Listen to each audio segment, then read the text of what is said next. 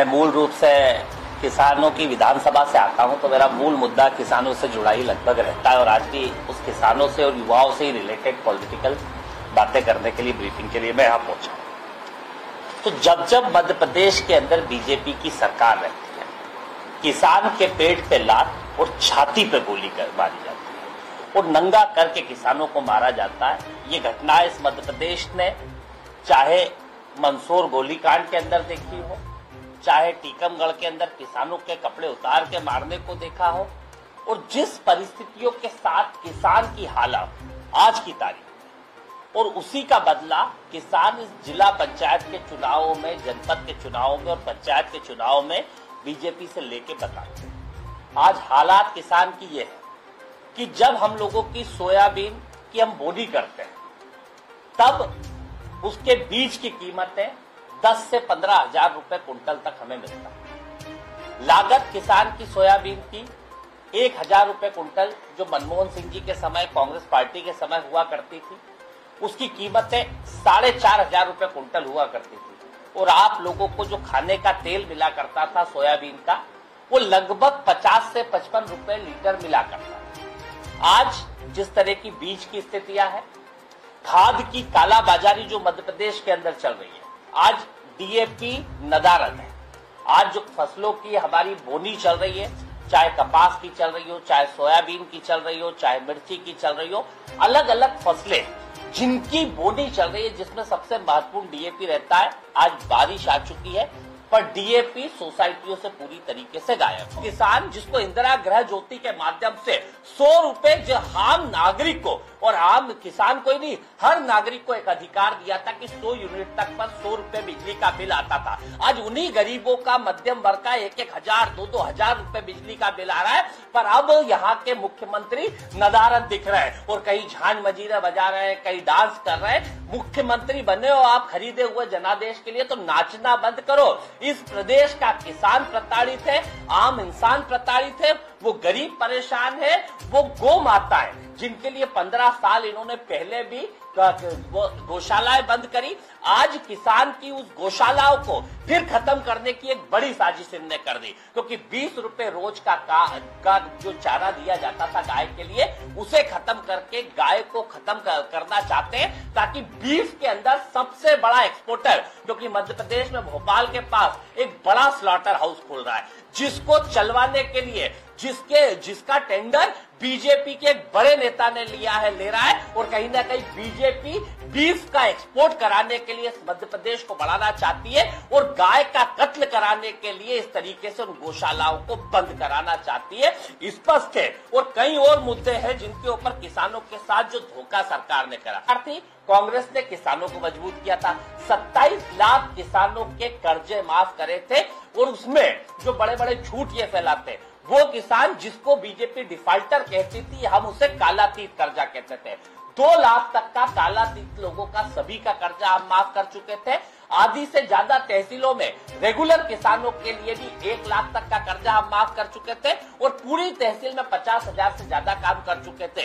ये सरकार आई, इसने बात तो किसानों की करी। कई लोग थे जिन लोगों ने जो सरकार बनाने में दावे करे थे कि किसान के लिए सड़कों पे आ जाएंगे, अतिथि शिक्षकों के लिए सड़कों पे आ जाएंगे, वो बड़े बड़े प्लेनों में घूम रहे हैं, अपने महलों को सुसज्जित करवा रहे हैं। भोपाल में एक महल बनाया है जिसके आगे नाग भी लटकाए हैं कुछ तरीके के, और नागों को लटका के कि अब किसान और कहीं ना कहीं अतिथि विद्वान, अतिथि शिक्षक उस घर में नहीं घुस जाए तो नाक से कटवाने का काम करेंगे। ऐसे लोग किसान और उनके नाम पे सिर्फ अपनी राजनीति चमकाने के लिए मध्य प्रदेश की चुनी हुई सरकार, जो जनता के लिए द्वारा चुनी गई थी, जनता के लिए काम कर रही थी, जो गरीब की पेंशन बढ़ाने का काम कर रही थी, किसान का कर्जा माफी का काम कर रही थी और किसान के लिए काम कर रही थी, उसके खिलाफ गए। और आज भारतीय जनता पार्टी की सरकार किसान के खिलाफ एक दलालों के रूप में, अंतर्राष्ट्रीय कंपनियों के दलाल, जो माफिया है, जो खाद माफिया है, उसके दलालों के रूप में काम कर रही है। और जब भी आप बात करने जाओ बीजेपी से, तो चाहे इनके प्रवक्ता हो, वो रोज क्या कांग्रेस और इधर उधर की बात करते हैं, कभी ओवैसी को ले आते हैं, कभी इसको ले आते हैं, सिर्फ इधर उधर मुद्दों से भटकाने का। किसान प्रताड़ित है, परेशान है। जब मुख्यमंत्री जी विपक्ष के अंदर थे, तब वो कहते थे कि हम बिजली के बिल अगर किसी के 200 से ज्यादा आए तो उसको भरना मत, और शिवराज जी आके वहां पे उसकी जो कटेगी उसको जोड़ने का मूंग लगी थी। आज 5 लाख टन से अधिक ग्रीष्मकालीन मूंग लगी थी, जिसका समर्थन मूल्य 7200 रुपए से ज्यादा था, पर आज किसान को मजबूर होना पड़ा 5200 रुपए 5000 रुपए बेचने के ऊपर। बिजली की स्थिति खुद कृषि मंत्री बिजली मंत्री को बचा चुके हैं कि किस तरह की बिजली के हालात मध्य प्रदेश के अंदर है। इनके राज में पूरी तरीके से किसान प्रताड़ित है, परेशान है, किसान की हालत खराब है, मध्य प्रदेश का मजदूर परेशान है। और आज की तारीख में जो ये सोसाइटियों के नाम पे इन्होंने लूट मचा रखी है, और जिस तरीके से खाद की काला बाजारी करा के सरकार काम कर रही है, स्पष्ट लगता है कि ये काला बाजारियों के दलाल के रूप में मध्य प्रदेश की सरकार काम कर रही है। और कृषि मंत्री का इस्तीफा हम मांग करते हैं कि इतने फेल कृषि मंत्री, इतने फेल मुख्यमंत्री जो खरीदे हुए जनादेश की सरकार पे बने हैं, किसान को प्रताड़ित करने के लिए इनका इस्तीफा होना चाहिए और कहीं ना कहीं किसानों को मध्य प्रदेश के अंदर राहत मिलना चाहिए। सरकार को बेच दिया, सरकार के संरक्षण में हमारा गेहूं चला गया। जब उसके पैसे की कटौती हमारी हो चुकी है तो फिर किसान से 14% ब्याज लेने का काम क्यों? क्योंकि जब तक आप खरीदी समय पे जो सोसाइटियां है उसे अगर आप नहीं भरते हो तो उसके बाद वो ओवरड्यू हो जाती है। जब हम गेहूं बेच चुके थे, सरकार ने पैसा नहीं दिया, सरकार गलती कर रही है और किसान को 14% पूरे साल का ब्याज भरना पड़ रहा है।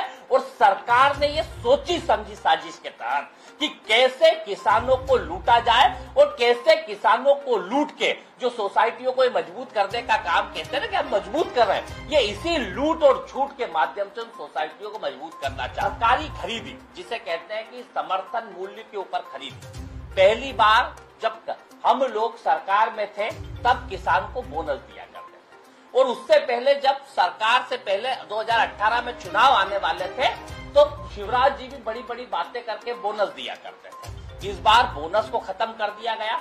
इसके कारण 54% तक कमी किसानों की गेहूं की खरीदी में आई।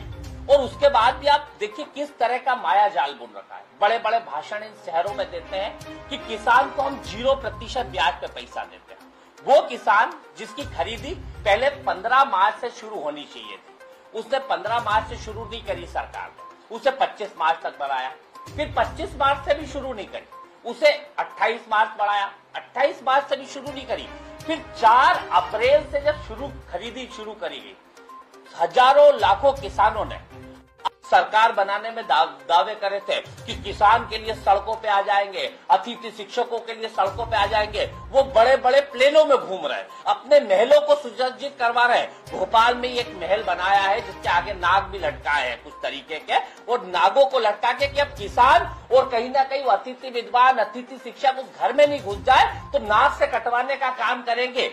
ऐसे लोग किसान और उनके नाम पे सिर्फ अपनी राजनीति चमकाने के लिए मध्य प्रदेश की चुनी हुई सरकार जो जनता के लिए द्वारा चुनी गई थी, जनता के लिए काम